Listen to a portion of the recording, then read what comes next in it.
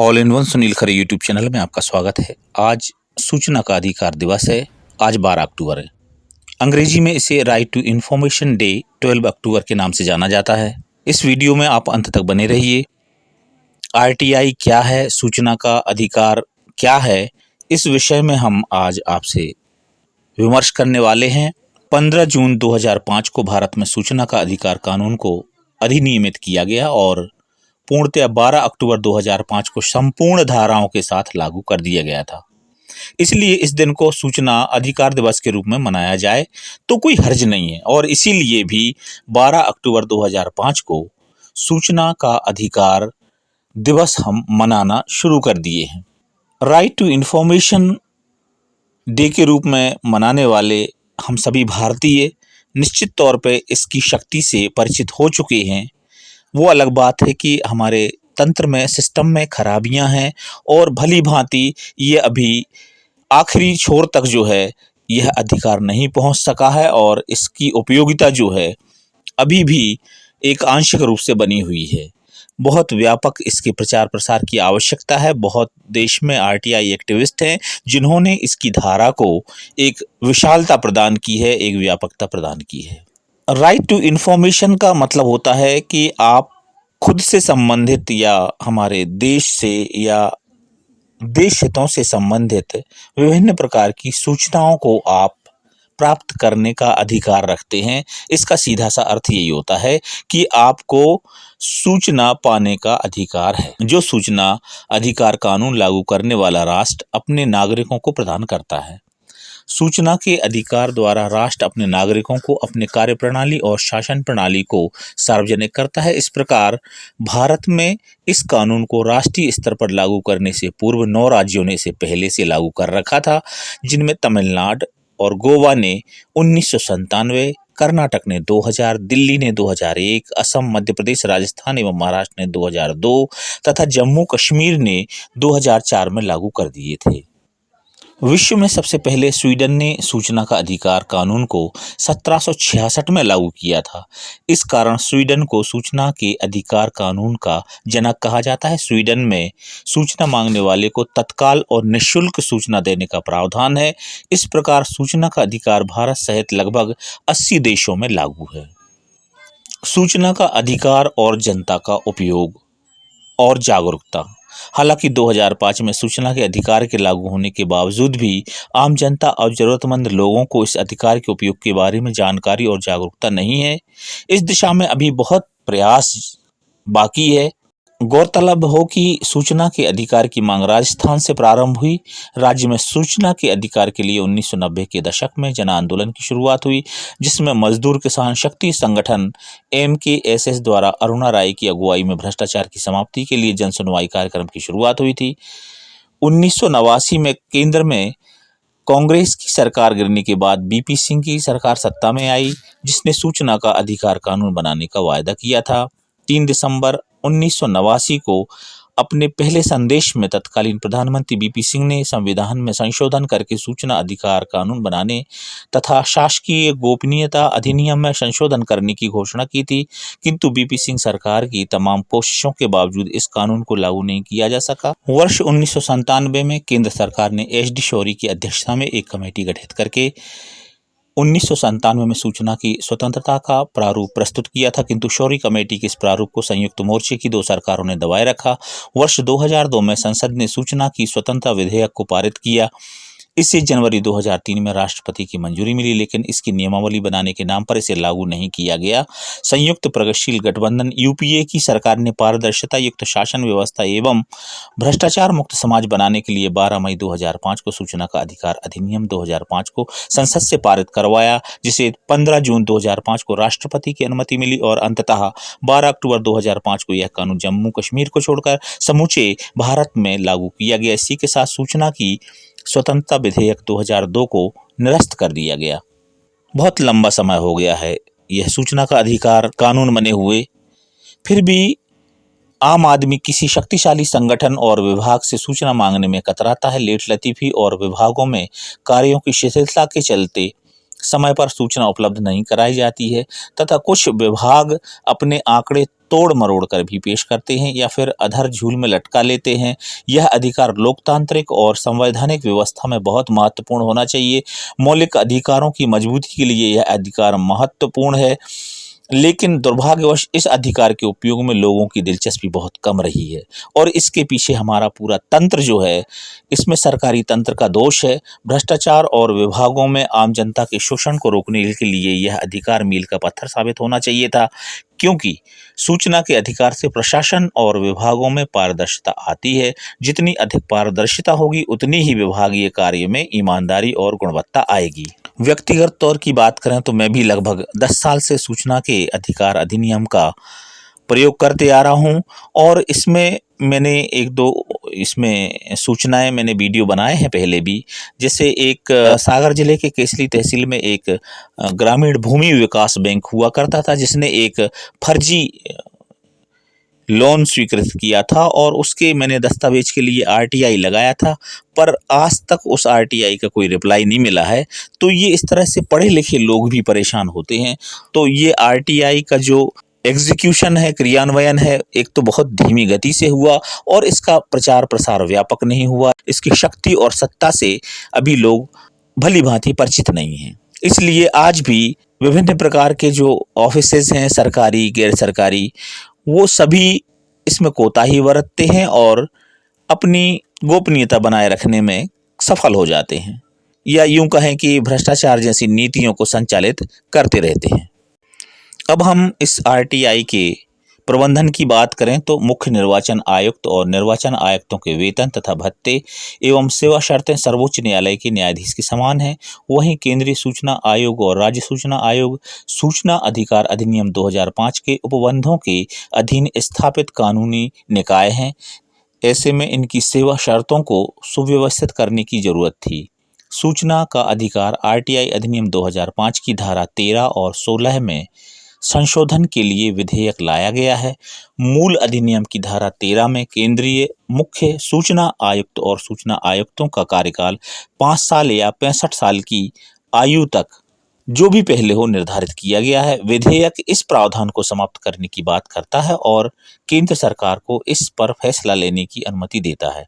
धारा 13 में कहा गया है कि मुख्य सूचना आयुक्त के वेतन भत्ते और सेवा की अन्य शर्तें मुख्य चुनाव आयुक्त की समान ही होंगी, लेकिन विधेयक इसे बदलकर सरकार को वेतन तय करने की अनुमति देने का प्रावधान करता है। भारत सरकार में कार्मिक लोक शिकायत और पेंशन राज्य मंत्री जितेंद्र सिंह ने 19 जुलाई 2019 को लोकसभा में सूचना का अधिकार संशोधन बिल पेश किया। यह बिल सूचना का अधिकार एक्ट 2005 में संशोधन हो गया था, जिसमें कई महत्वपूर्ण बदलाव हुए। इस संशोधन विधेयक में प्रावधान किया गया है कि मुख्य सूचना आयुक्त एवं सूचना आयुक्तों तथा राज्य मुख्य सूचना आयुक्त एवं राज्य सूचना आयुक्तों के वेतन भत्ते और सेवा के अन्य निबंधन एवं शर्तें केंद्र सरकार तय करेगी। विधेयक के उद्देश्यों एवं कारणों में कहा गया कि आरटीआई अधिनियम की धारा 13 में मुख्य सूचना आयुक्त और सूचना आयुक्तों की पदावधि और सेवा शर्तों का उपबंध किया गया है। इसमें कहा गया कि मुख्य सूचना आयुक्त और सूचना आयुक्तों का वेतन भत्ते शर्तें क्रमशः मुख्य निर्वाचन आयुक्त और निर्वाचन आयुक्त के समान होंगी। देश की सुरक्षा और गोपनीयता के लिए कुछ विभागों को आरटीआई से बाहर रखना बहुत जरूरी भी है। इस अधिकार के उपयोग की बात करें तो लोगों की बेरुखी ही रही है। यह सवाल उठता है कि सूचना के अधिकार को मजबूत और शक्तिशाली बनाने के लिए हमें क्या करना चाहिए। इस कानून को मजबूत करने के लिए अब भी जनता को जागरूक करने की आवश्यकता है तथा देश की जनसंख्या में साक्षरता दर में वृद्धि करना बहुत अनिवार्य है। जब देश में लोग साक्षर नहीं होंगे तो सूचना